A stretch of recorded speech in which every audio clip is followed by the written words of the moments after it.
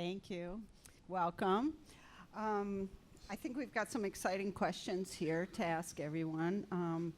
Not only just our photo editors in terms of how they seek out artists and help put together the jobs, because working on the editorial side is very different than working in the commercial advertising side. I started out as a photo assistant out of RIT and was on that side for a number of years, and then jumped to the ad agency side. And now here I am, a rep. So I'm back on the vendor side again. So I feel like I've come full circle. So I'm really excited about this panel and being able to share everyone's experiences here, and once in a while maybe jump in and give some of mine too. So this is Amy. And then we have Drew here, Lynn, and Ray. So just to help reiterate who everyone is. We're going to start with talking about, we have some questions here for first our editors. Sorry, let me get back to my notes here, moving along.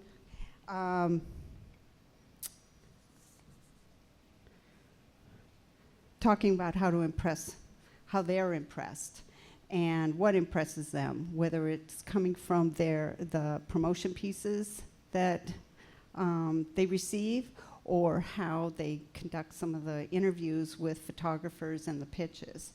So Amy and Lynn, can we just start with some of the marketing pieces that you receive, and you want to jump in? And sure. Should we do a little intro first? I'm sorry. No, it's I'm okay. sorry. Go right ahead. I'll try to keep it short. I can be long-winded.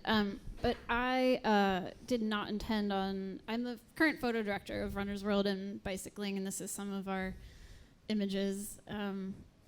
Really recent. We've had I don't know if any of you are familiar with how those brands had looked, but it's a dramatic shift. But about me... I did not know I wanted to be a photo editor. I wanted to be a photographer. I didn't have access to where you're sitting right now or any sort of idea of how to make it a business. I was just kind of shooting, like ever since I can remember, bands, friends, weddings, etc. Didn't go to school for photography. I was a communications major. I just knew that I had to have a full-time job, and photography was on the side. If I am honest with myself, I was really thinking that one of the bands I was shooting would get really big, and I would just go on tour with them, and it would all just figure itself out, and I would, be on Rolling Stone, and it would be just, limos and cool rock stars. Especially not now. But I started... my foray, I guess, into photo editing was accidental in a way. I was working in a national park in San Francisco, and I was a staff photographer. I was producing programs and events. We had a park newsletter that I was shooting for, writing for, designing. I was essentially making a magazine, and thought, well, maybe I could work at a real magazine. And a friend on my kickball team, actually, was working at Wired. She knew the photo director. I said, well, maybe I'll find out, maybe I'll try to get a meeting with her and see what that is like. So I met with, it was Zana Woods at the time, who did amazing things with Wired. This was early 2000s, I guess. Sat down with her. She took an hour out of her day to just tell me what she did. It sounded cool. She suggested I move to New York. If I really wanted to get into the magazine world, I moved to New York without a job.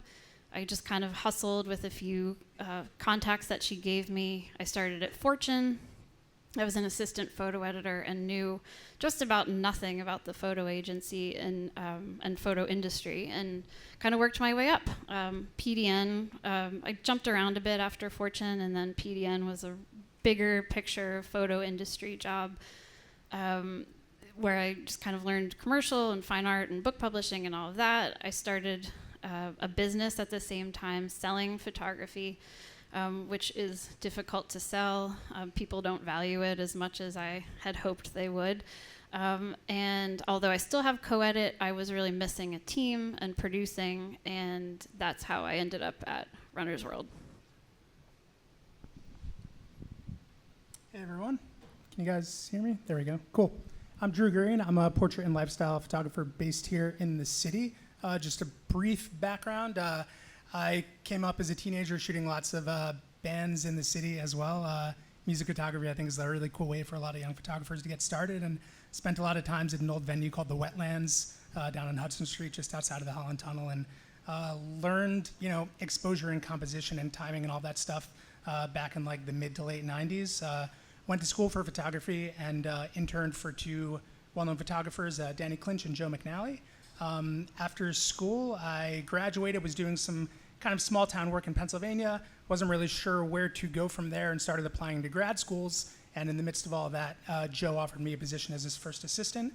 I ended up assisting him for about 5 years, traveled all over the world with him, and that basically was my grad school plus some. Got to make a living learning from one of the best in the industry, and then jumped off on my own, and I've been in Brooklyn for the last 5 years.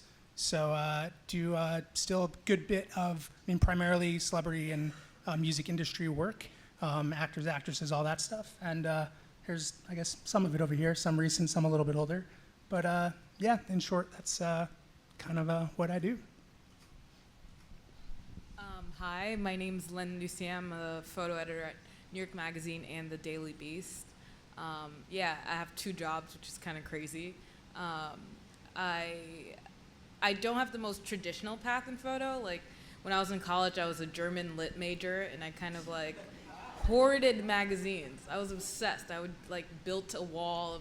I knew I wanted to work in publications. I didn't know what my role would be, and I was taking a bunch of photo classes, and it was like a month before I graduated from college, and I just like sent 100 emails out to every single editor I admired, and only one got back to me, and it was Ben Williams from New York Magazine. He just happened to be like the editor-in-chief of all web, and he offered me this photo internship, and that's how I kind of landed that job.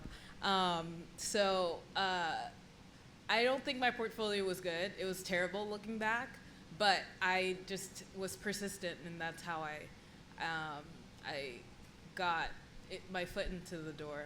Yeah. Hey, my name is Ray Spears. Also, some people call me Ray Neutron when they see me and they don't actually know my real name. I've had people ask me if they should put that as my contact or my actual name on a check before at a job. But yes, Ray Spears. I'm from Atlanta, Georgia originally. So my photo start, there was this thing called MySpace a long time ago, not to date myself, and my friends would have me take their profile photos for it. And in the process of doing that, I broke a ton of my family's cameras. My dad was like, yo, you should never become a photographer. Yeah, I broke a lot of stuff, and I tried to figure stuff out. Then it's fast forward, like a year later, a friend of mine had a blog series called When You Give a Boy a Camera, where she would give her camera to one of her guy friends with one roll of film in it and say, shoot it, and I'm gonna share my favorite images from that roll. And from then, I was really hooked after that. Then I left Atlanta as a like 19, 20-year-old, moved to Florida and started assisting my friend. He was like a wedding and portrait photographer. And sometimes I wouldn't even have a camera in my hand. I was just like holding his lenses and just watching him work, and just trying to figure out like how to speak to people while directing them. I was just a sponge that entire time. And so at this point, it was still just a hobby to me. It was just a hobby. It was something I loved to do. I enjoyed. I had every intention on either being a recording engineer or a graphic designer. And so I'm in school for graphic design. I end up getting married, having to leave the state for my wife, my new wife at we just got married. We had to move to Milwaukee for her to finish off her graduate degree. So I was like, well, I'm not gonna go to school and pay those out-of-state fees. So I'm interning at a recording studio. I'm working part-time at Urban Outfitters as a new husband. And at night, I'm like learning everything I can about photography. And then we left there April 2013. By October 2013, I got my first full-time job in photography as a photo editor at a wedding studio. So I'm just color correcting somebody else's images for 8 hours a day, but I'm commuting way across town to Orange County. It moved me out to LA, by the way. It moved me out to LA for that, and I've been doing photography ever since. That's it. Thank you. Wow. What an adventure. All right, so moving on to our marketing and things. Amy and Lynn, if you could just explain some of the things that you like to receive, don't like to receive in terms of marketing, and then taking appointments and with photographers, and then we'll move on from there in terms of also then Ray and Drew jumping in. And I think even if you jump in and give some of your experiences, it'll be a great sort of conversation back and forth. I'll start, I guess. I am at two very specific magazines, like running and bicycling. But that doesn't mean that I'm looking for people that have that in their book or that, they shoot sports. I'm looking for photojournalists. I'm looking for storytellers. I'm looking for environmental portrait photographers. I'm also looking for people that aren't scared of a challenge. Things that are moving, like runners and cyclists. How can you capture that? Can you shoot while you're skateboarding? Can you shoot out of the back of a car with the trunk open? Like, can you, someone that likes a little bit of adventure also. So in terms of pitching me, I am open to pitches, except that in addition to aesthetically pleasing images and, being able to, capture moving images, or moving people, also looking for a story with so much of the same content, like what's different about this person, what's different about this run group, what's different about this bike builder. So a little bit of info and background about the pitch or idea is also what I'm looking for. And what was the second part? What type of marketing materials? Like, do you like to receive emails, promotion cards, and also links to Instagram, and what are some of those things that you like to receive, and what annoys you? It's always the question, right? Like, should I spend money on this promo material? Is it a postcard? Is it wrapped in plastic? Is it a book? Is it like, should I, whatever? I look at everything. I do. I look at everything. I also feel like save your money, and if spending a lot on a promo piece is not what makes sense for your bills and needs at the moment, don't. Like, send an email to me that makes sense, that's tailored to me. I look at Instagram all the time. I'm one of those. Like, yes, I will hire from Instagram. I do DM you and say, this is great, let's work together. So I'm kind of really open in terms of how people communicate with me. Connecting with you on Instagram and some of those. Yeah, just don't do the LinkedIn thing. That really drives me nuts. Just like, and Facebook. I'm not on Facebook much. Just like Instagram's fine though. I would agree with the LinkedIn thing. Also, I find a lot of people on Pinterest. I know it's like not a popular platform, but I do a lot of research there, and a lot of people pin their photos there, and I create all these like massive boards. So I think that's a lot of photographers should turn there, because I'm not the only photo editor who does this. I would say don't send the packets, the promos, because I feel really bad throwing them out, but I do I get so many of them, and I read every single email. I check every single email, and I make note. I won't respond unless I need you, but I do see the emails. I do make note of the photos that you send to me. If we have a story that fits your pitch or your style, I'll email back almost immediately. But I think, save your money, because most of the photo editors, sadly, we have to throw them out. Do either of you accept in terms of a total story concept? Oh, let's say somebody's working on a personal project, and it is about a specific runner, or maybe they've seen other features in any of the magazines you work on, and they go, oh, they might be interested in this person. Are you willing to look at that and then also pass them on to maybe the, chief editors or other writers to round out? Do you accept those kinds of pitches? Yes. When we talk about pitches? I do. I mean, one of the images, it was a bicycling cover, was Gurian racing in Japan. That came to me from Joe Pugliese, actually. It was not his shot, but he knew Narayan was a cyclist and also had this project because they're friends. They've bonded over cycling and said, hey, I don't have a project, but Narayan does, and I don't think anyone's seen it. So, I mean, that was not a commission. That was an existing project that he just had, and no one had published it yet. So, yes. I would say that's like a very important part of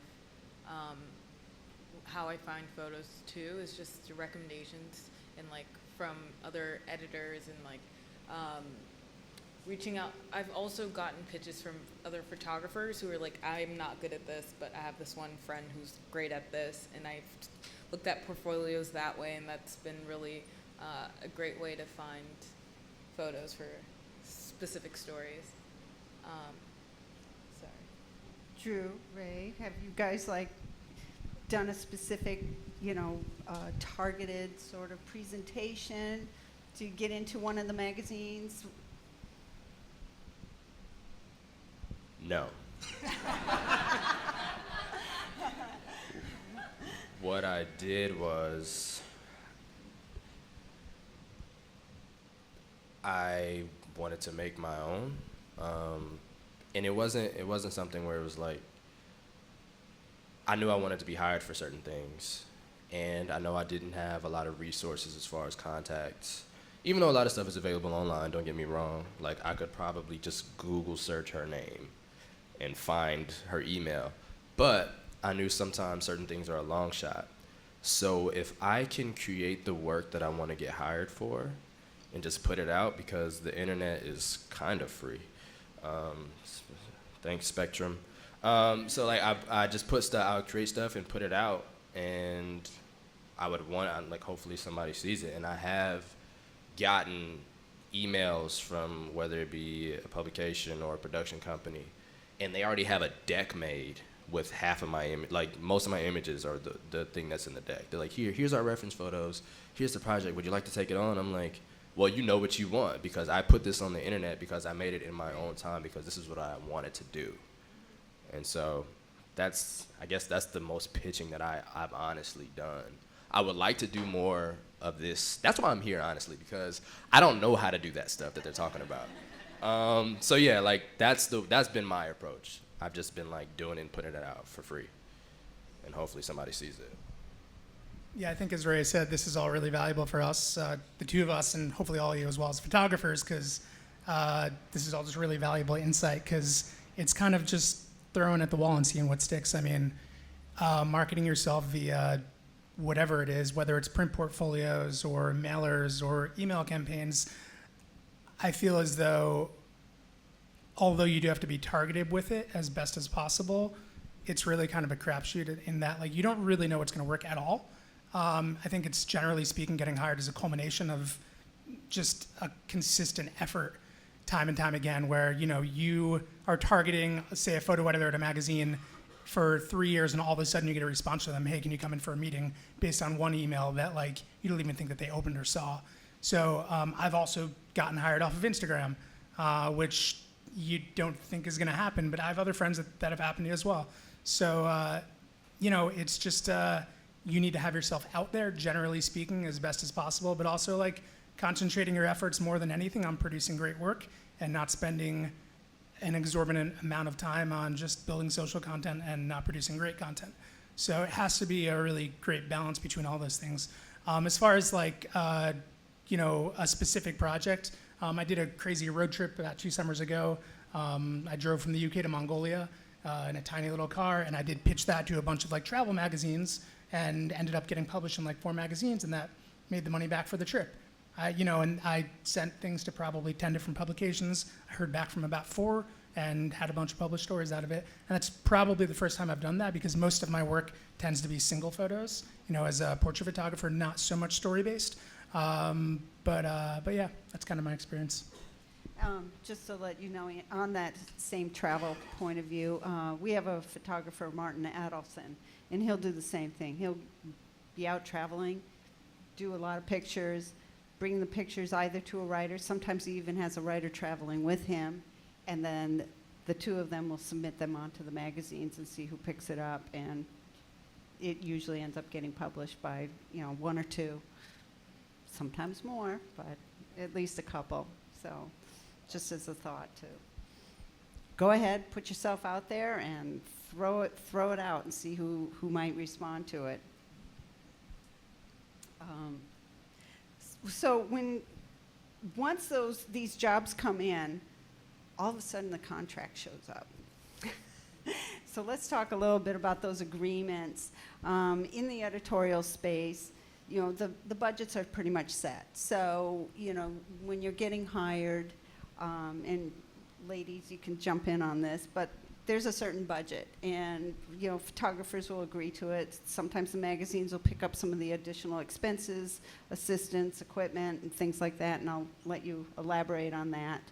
And then it's getting into some of the guts of the contract. So can we just start with maybe some of the expenses and fees that do and don't get covered? And I know that changes a little bit, and then we can go into some of the other agreements.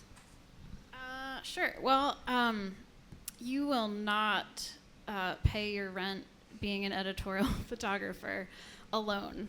Supplemental income, hustle with other things. No, you don't have to tell people you did something you don't want anyone to know. Like, promote yourself as a photographer, even if you're doing whatever you're doing to make it work. But editorial is kind of, we were talking about this outside, like personal work almost. Like, you do it because you want to. You do it because you're going to get something out of it. Do it because you're going to get an image that you want to put in your book. If someone hands you a tiny bit of money for an editorial job and you're like, oh, I hate this, or I'm going to lose so much money on this, like, say you're booked already. Like, maybe pass and wait for another thing.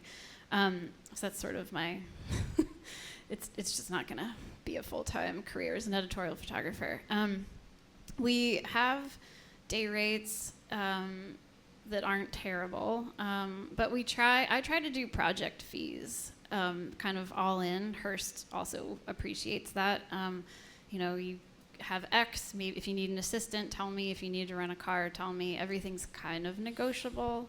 But I'm trying to standardize things. I'm in a new space. Hearst is newly acquired both of our magazines, and we're under Hearst Digital, and Hearst Digital doesn't have print publications, so we're sort of new and figuring it all out as we go along. The contract is not something I like to talk about. Because it's not great. It's a Hearst contract, and it's I've been accused by Hearst lawyers, like, hey, it sounds like you're defending the photographer, and I am, and I try. There's some things that are non-negotiable, but some things are. I mean, it's kind of reasonable, but like I said, you do the editorial job because you want to, and I don't know, try to be a bit flexible also. I think it depends on the scale of the job. Like, I've worked at so many different places. When I was at Condé, photographers could get assistants, could get their laptop usage paid for. They could, the rates are set, but you could always have them throw in extra things that you already own. Like, if I use my laptop for this job, we can negotiate a rate for that. There's side things that you could add to your contract to make more money. But at more scrappy places I've worked, like refinery, you couldn't do that. I worked at Refinery 29. It was very scrappy, but the shoots were beautiful and they were amazing, and it was a great piece for your portfolio. Yeah, I would say the rates are very hard to negotiate because I currently work at New York Mag and Beast, and those two publications would really like their rates to be standard across the board, so there's no confusion amongst photographers. But I would say, yeah, try to get side things in if you get a job. Yeah. Drew, Ray, do you want to jump in on terms of some of the things you have been able to ask for or not get? Yeah, like they say, sometimes it's not always concrete with every company, and it's different. And sometimes you just gotta shoot your shot, 'cause shoot or shoot. And you gotta throw something at the wall, see what sticks. So there have been times where I'm like, yeah, I would like an assistant. I don't want to drive 3 hours upstate by myself as a black man for this job. And I'm like, that is dangerous. So I was like, I want a friend there who can load my film also, but just be there as like, hey man, we the only ones here, so let's be, let's hold it down. So I negotiated that. I just asked, like, hey, they gave me a rate, but I was like, hey, could I have an assistant there? I just want to be able to, one, feel safe where I'm at, and then two, have somebody where I can actually engage with the subject and feel free, and just have somebody doing things, having film loaded up for me, ready to go. And that actually worked out, but there have been other times where, you ask for something, it's like, man, we can't do it, dog. And I'm like, okay, that's fine, I understand. So it definitely does fluctuate, but I think a lot of times it's all in the way you ask.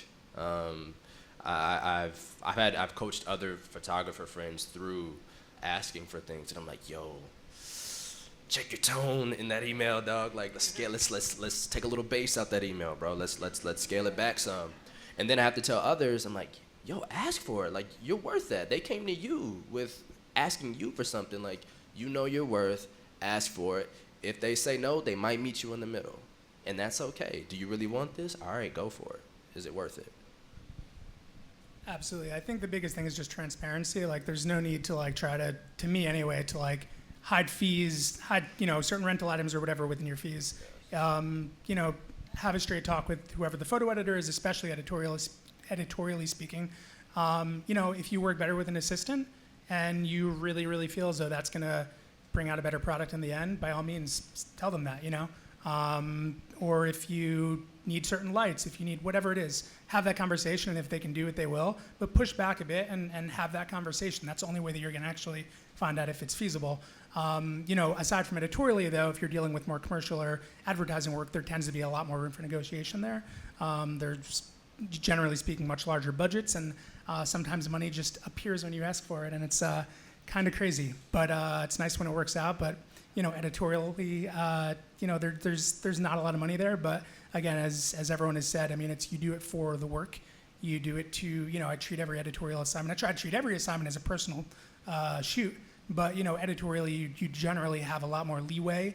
Less creative direction is being imparted upon what you're trying to do. So you can really go out there and try to produce something amazing without having creative directors on set with you and art directors and all that stuff. It's usually like you and an assistant, maybe a client is there, but oftentimes it's just like you and a couple of people just going and making some photos. And oftentimes the less people that are there, the more easy it is to get a lot done. So I really value editorial when it does come in. Yes.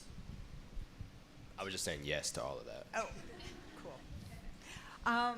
One thing I want to talk about is the possible red flags that are in these contracts. One thing, and from my experience, both from the agency side and the editorial side, is on these contracts, a lot of times there's a clause that's a work for hire clause, and which means that they own all the rights to it. You are giving up your copyright.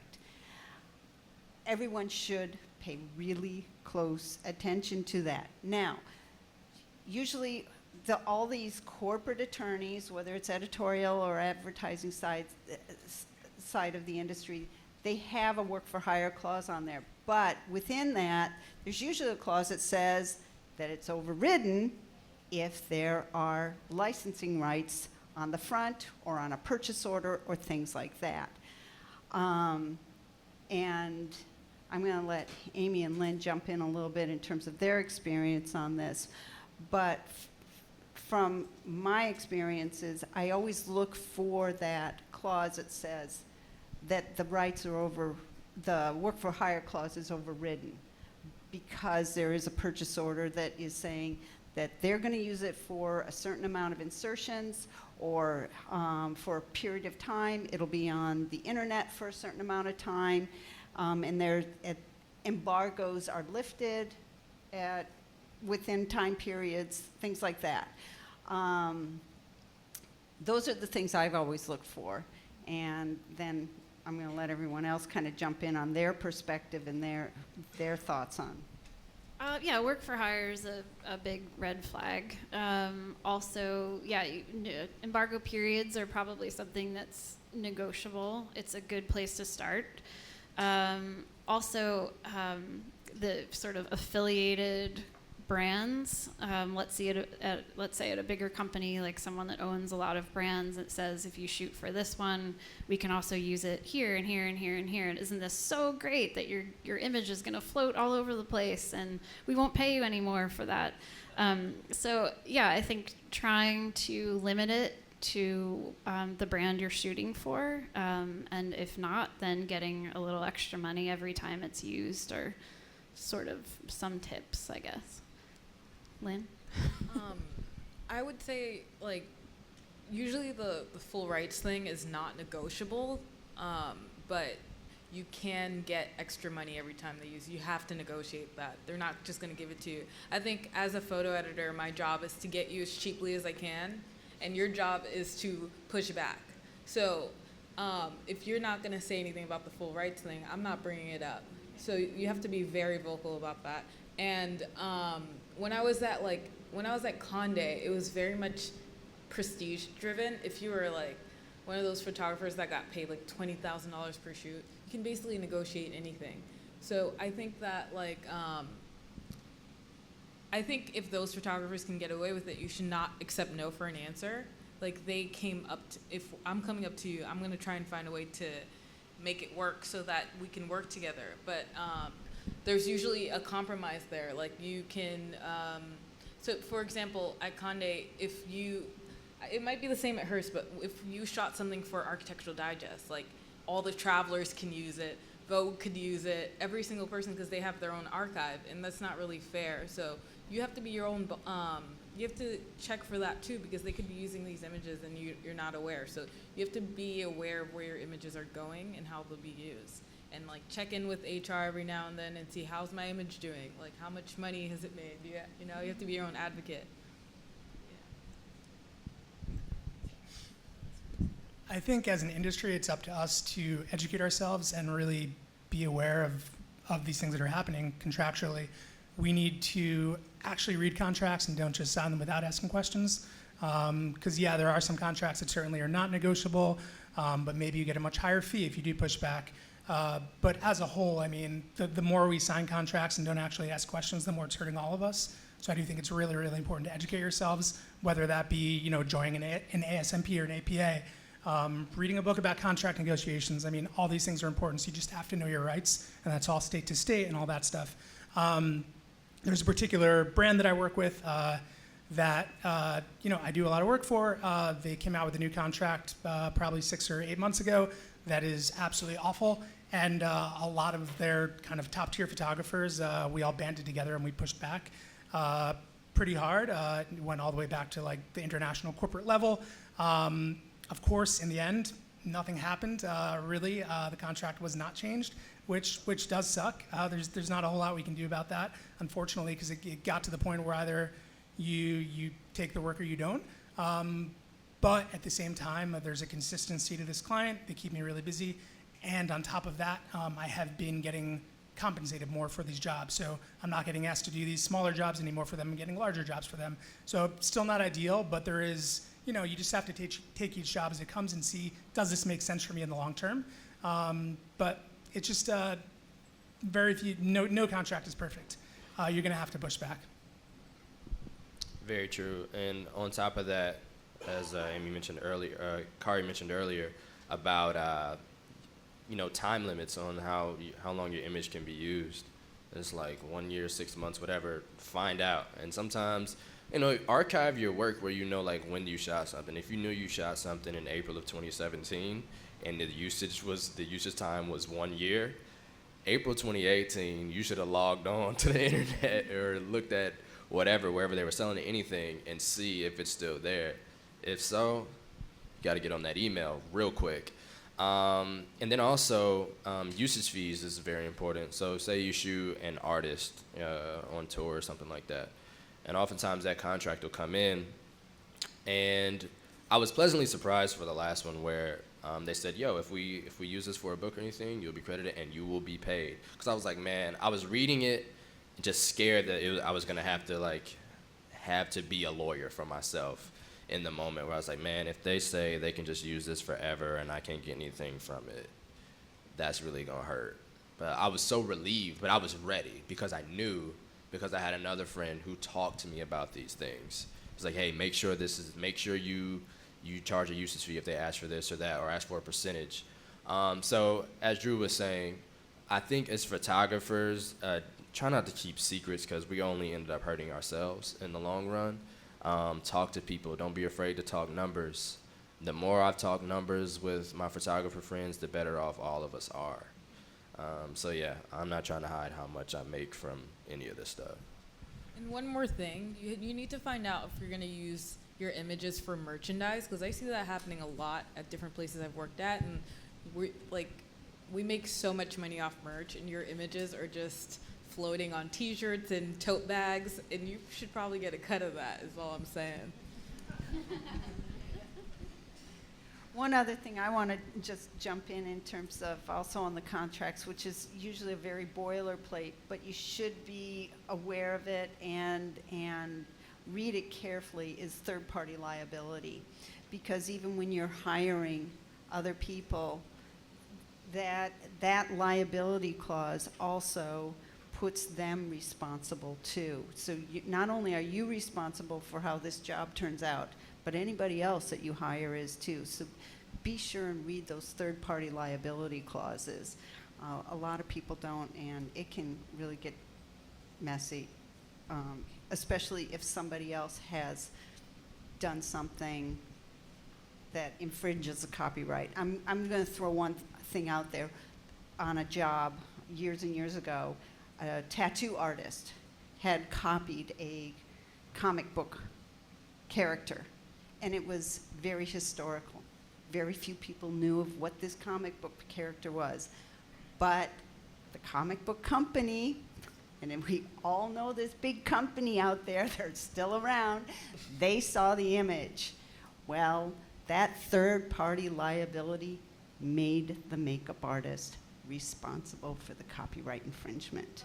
So the whole lawsuit just went big because of that. So not only was the photographer responsible, but all the way through to the makeup artist. So understand those third-party liability clauses and make sure your insurance payments are paid up.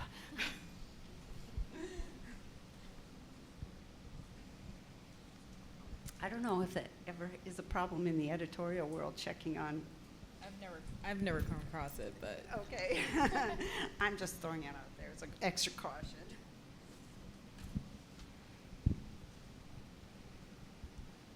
Well, surprisingly enough, we've managed to get through all of these other questions, I think. Yeah. All right, we can now open up this for some questions. Shall I hand this and let this pass around?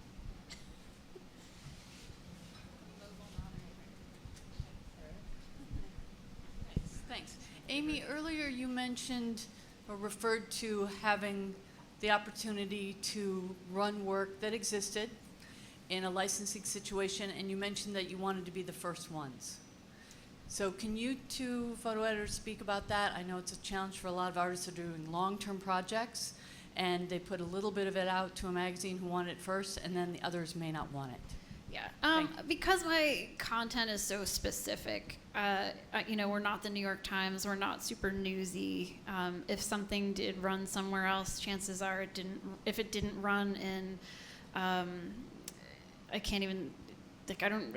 women's running, for example, then maybe we wouldn't, but we're pretty open.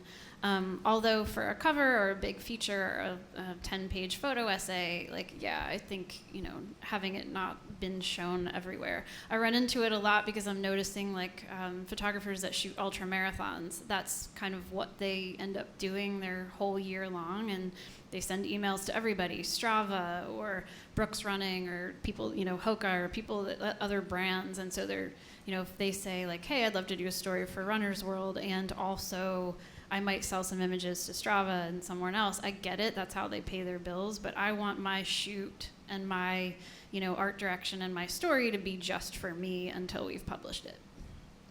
So I agree with that. We almost always want like exclusive images for Beast and New York Mag, and the only way we would run the photos if you'd already sold them is if you had outtakes. Like we could consider that, or if the peg was strong enough, if it's like so timely and we absolutely need an image that captures the story. So yeah, it's I would definitely say if you are shooting, try to get like outtakes that are different enough that they could feel different for another publication. Yeah. Can I just yell out questions? What? Can they just yell out questions? Yeah. You want to just yell out? Yeah. Oh, do you need them for? This Sorry. is for the photographers. What is the strangest thing that you have asked for in your contract that you really needed during a shoot, but wasn't listed in your contract when you received it? Nothing too crazy that I can think of. I mean, a monkey, blue M&Ms. No, I mean, I just did a shoot in Atlanta with a hip hop producer, and I wanted to photograph him in this classic old barber shop. And the 92-year-old barber was like, "I can do that for you, but you're gonna have to pay me." And I was hustled by a 92-year-old. Cool, like he should make his money, all good. I mean, so threw him $75 or whatever it was, and like, just like charge that to the client because that's fine. That's just part of it. Just sort of like tip money off to the side. But I've never had any crazy requests I can think of offhand. I'm very sorry I do not have a story that interesting. Yeah, the one thing I think that's really fortunate about editorial is that there's a lot of latitude so that you're able to bring your creative look and feel to it. And there ends up being a lot more collaboration than when it's an advertising job. So, sometimes even the photographers will be the ones saying, "Hey, I've got an idea," and be working with the art directors to take it to that like next level. And I think it's a great platform for being able to get your work out there, do some great images. The magazines end up with great stories and imagery behind their stories, and it just opens up that whole collaboration so much more than it does in the advertising world. Any more? Quick.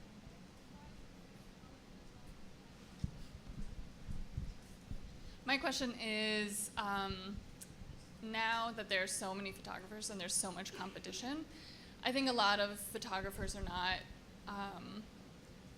fighting for what they deserve because they're afraid that they're going to lose a job and somebody else is going to swoop in. So what are some of the best strategies to fight pay discrepancies or overworking? What is some of the best advice on like how to get what you deserve? Well, I would say if we try not to have any pay discrepancies, so it should be like standard across the board in editorial usually. But say this is happened to me where I was working with a photographer and it was a still life shoot, and the first day of the shoot was a complete loss. Like we completely changed direction, and so we added a second day, so the photographer was able to negotiate a higher rate, which was fair to us because we were the reasons why he had to change the whole shoot. So we try to be really fair. So if we've hired you for a job or we're interested in you, we're not going to just be like, sorry, unless we really can't afford you. That's about it. Like, I think don't be afraid to ask for things because it's my job to try and make it work. Because I've already had you approved by 6 people. Like, there's no, like, it's not just you're hired. It's more like a team of people who've decided. So there's a little bit more, like, flexibility there. Yeah. If I can just chime in for a quick second, I know we need to wrap up. You should all be aware of a law passed by the city of New York called the Freelance Isn't Free Act, which was passed about a year or 2 ago. Basically, it says that all clients need to pay photographers within 30 days. So at the bottom of my contracts, it says payment, due within 30 days, pursuant to New York City's Freelancism Free Act of 2016 or whatever it is. I've called them because of a pay discrepancy I had with a client, and essentially they are on our side. They're here to support freelancers, photographers, all types of freelancers actually. But they can go as far as, they can send a fine via the City of New York to this client. But basically what I've done, short of that, is said, hey, FYI, payment is this late at this point.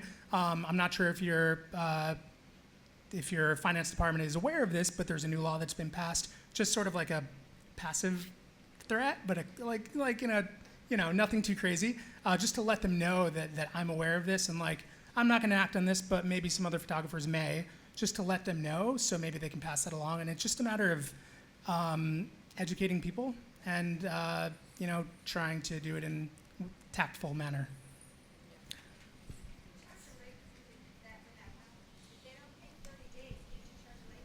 You can charge a late fee, technically speaking, if it's in your contract.